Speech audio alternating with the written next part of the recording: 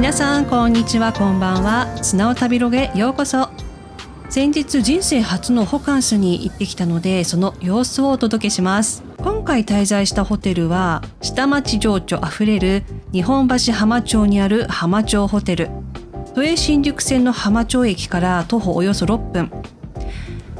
水天宮前や人形町からも歩ける距離にあります。あとね、カフェ巡りが好きな方はご存知かもしれないんですが、清澄白河も徒歩圏内にあります。このホテルには魅力的なお店が2つ併設されています。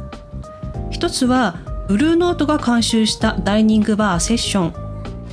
音楽を感じながら食事やお酒を楽しめる落ち着いた大人の場所。そしてもう一つはショコラティエのお店。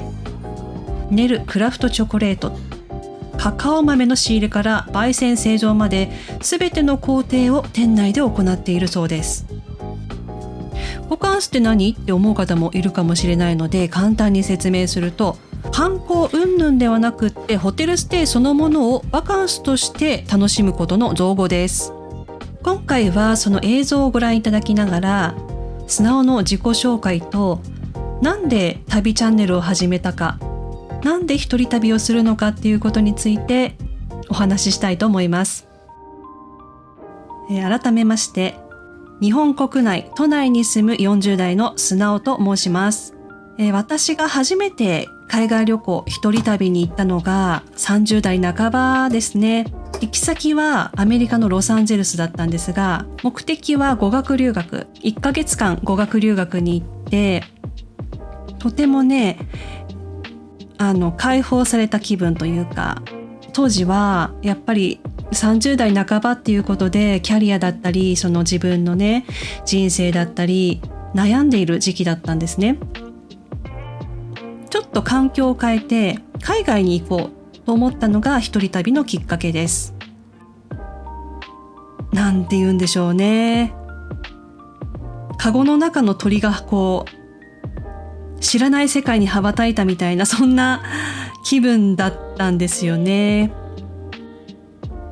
自分が考えている悩みなんてすごくちっぽけだな。このね、知らない広い世界を考えると本当に自分ちっぽけだなっていうのが、その初めて海外に行った時に感じた気持ちなんですね。人生の中で1ヶ月っていう本当に短い些細な時間だったんですけれども、ターニングポイントとなった1ヶ月だったんです。そのターニングポイントをきっかけに良い縁に恵まれて、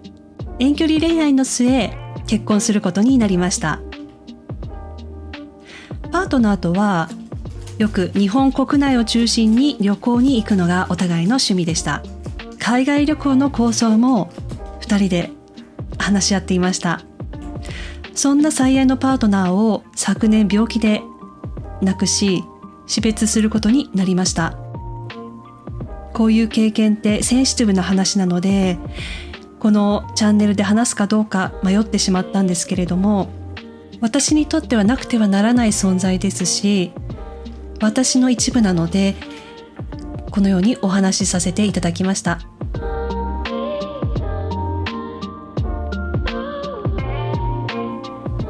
パートナーがいた時の日々っていうのは、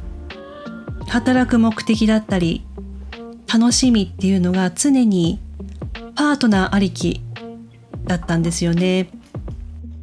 自分の生きる目的っていうのが相手ありきっていうことにすごく気づかされたんです。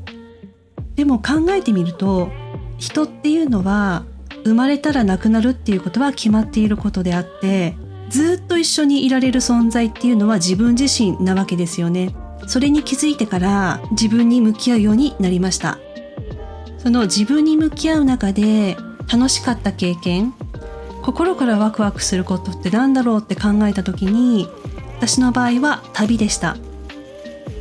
パートナーがいる時も常に旅のことを考えていたし、一人になった時もやっぱり支えてくれるのは楽しみ、自分にとっての楽しみだと思ったんです。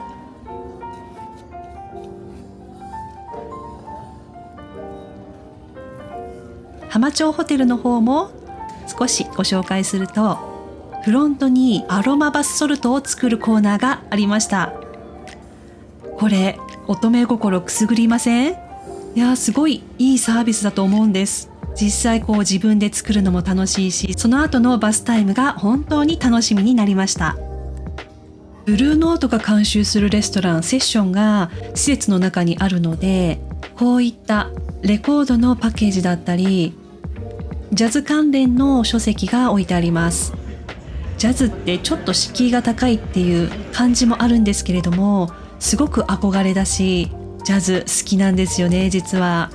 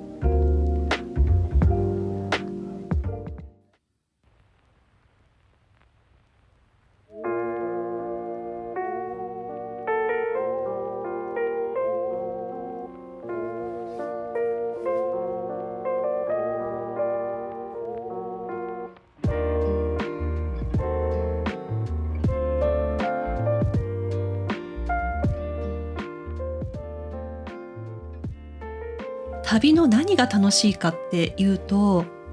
街から街にどう行くか、そういうルートを考えるのも楽しいですし、もう限られた時間の中でどれだけ貴重な楽しい、感動する経験ができるかっていうことをシミュレーションするのも私はすごく好きなんですよね。変な話、観光地に行かなくても自分が組んだルートをリアル RPG みたいな感じでその目的地に行って実際体験するっていうことがミッションだったりするんですよね。で、そこでどんな経験ができるか、どんな人と会話できるかっていうのがすごく私にとって旅の醍醐味になっています。